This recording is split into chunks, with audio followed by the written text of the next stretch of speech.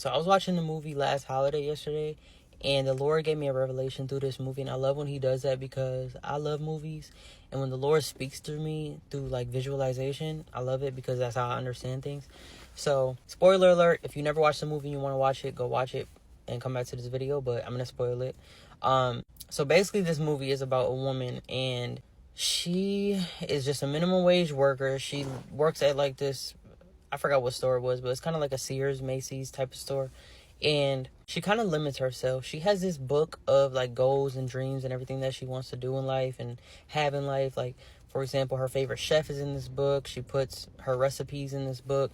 She has this man that works at her job that she has a crush on. She wants to marry him. She has like these cut out pictures of him and her like at this wedding. And she has all these dreams and goals and just things that she loves to do. And there's this one scene where she cooked this gorgeous meal. She's watching this chef cook this gorgeous meal, and she made it beautiful, and she didn't even eat it. She gave it to her neighbor, which is this boy, and she feeds like him and his grandfather, I believe. And she didn't even eat the meal that she made, which is beautiful, which looks amazing, looks delicious. And she put a picture of it in this book, and she was just like, he was like, "You're not gonna eat," and she was just like, "No, you know me, I just eat my," like basically saying like, "I just eat my porridge." Like that's how it sounded. Like, "I just eat this disgusting meal. Like, you could have that." Like, basically like, "I don't even deserve that. Like, I'm not eating that." So she limits herself. She didn't even eat the meal that she made. And she lives her life this way. She's very limited. She limits herself. She doesn't put herself out there. She doesn't do much. And there's this one part of the scene where she hits her head. She hits her head at her job, and she goes to the doctor to get checked. And they do like a CAT scan, I believe. They do a CAT scan, and they see that she has like some type of disease, and it's terminal. They told her she has 3 weeks to live. And she was just like, "What? Like, how? Like, I'm fine. All I did was hit my head. Like, that can't be." Like, and the doctor's like, "I'm sorry, but it's terminal. Like, you have 3 weeks to live." And she just starts crying. Like, she's going through this moment where she's looking through this book. She's just like, "Man, like, I should have ate that. I should have went there. I should have met you." You know, like talking to the chef, that her favorite chef. She has a picture of him in there, the hotel that he works at. She was like, "I should have met you. I should have met you. I should have ate that. I should have ate all that," right? Basically just going through this moment of like, dang, like, if I knew I would have had 3 weeks to live, I would have did everything that I wanted to do. So, knowing this, she has 3 weeks to live. She goes on this splurge to where she goes to the hotel that the chef works at. She spends all her money. She books a hotel. She's going to spas. She's on the cover of a magazine. She's jumping off this cliff or skydive or some type of thing where it's like jumping off this cliff and doing something. She's just doing all these like adventurous things that she did not do before she knew she was about to die. And she met these group of people. They're wealthy, and they're just questioning her like, what is up with you? Like, why are you so adventurous? Like, you're just all over the place. Like, we want to know more about you. Like, it's just weird that, basically, like, it's weird that somebody is this, like, here, spend this, I'll do this. Why not? Like, putting themselves out there so much, and they're just curious about her. And there's this one person in the group that's kind of envious of her, which she also owns the store that she works at. But she doesn't tell this because she doesn't tell, like, "Hey, just so you guys know, I'm spending all my money because I'm about to die." She didn't want to tell them that because it's like a party killer. Like, "Oh yeah, I have 3 weeks to live, just so you guys know." So she just goes on, continues, going about her life. And the guy that owns the store that she works at, he's kind of envious of her. So he's kind of digging deep, trying to figure her out. And he finds out that she's a minimum wage worker. So one of the scenes, he basically stands up and exposes her. Like, "Hey, just so you guys know, she works at the store that I own. She makes X amount of dollars, $26,000 a year.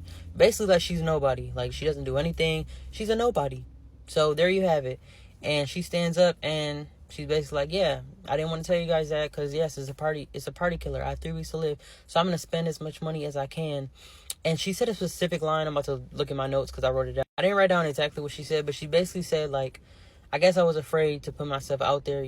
I've always been silenced. I silenced myself. And, you hustle so hard that one day you look back and you realize, like, how did I get here in life? Which is a lot of us." And she was just like, the things we work for are usually pretty worthless. Like, in life, like, the things that we work for and we think about and believe in and do, pretty worthless. And we don't put ourselves out there. So I'm finally putting myself out there. And she was just like, "Don't feel sorry for me. I was on the cover of a magazine." She won mind you, she won $3 million playing this casino game. She guessed like the number 17, which was her mom's birthday, and the ball had to go around and drop exactly at 17, and it dropped on 17. She won $3 million. She was on the cover of a magazine. She met her favorite chef.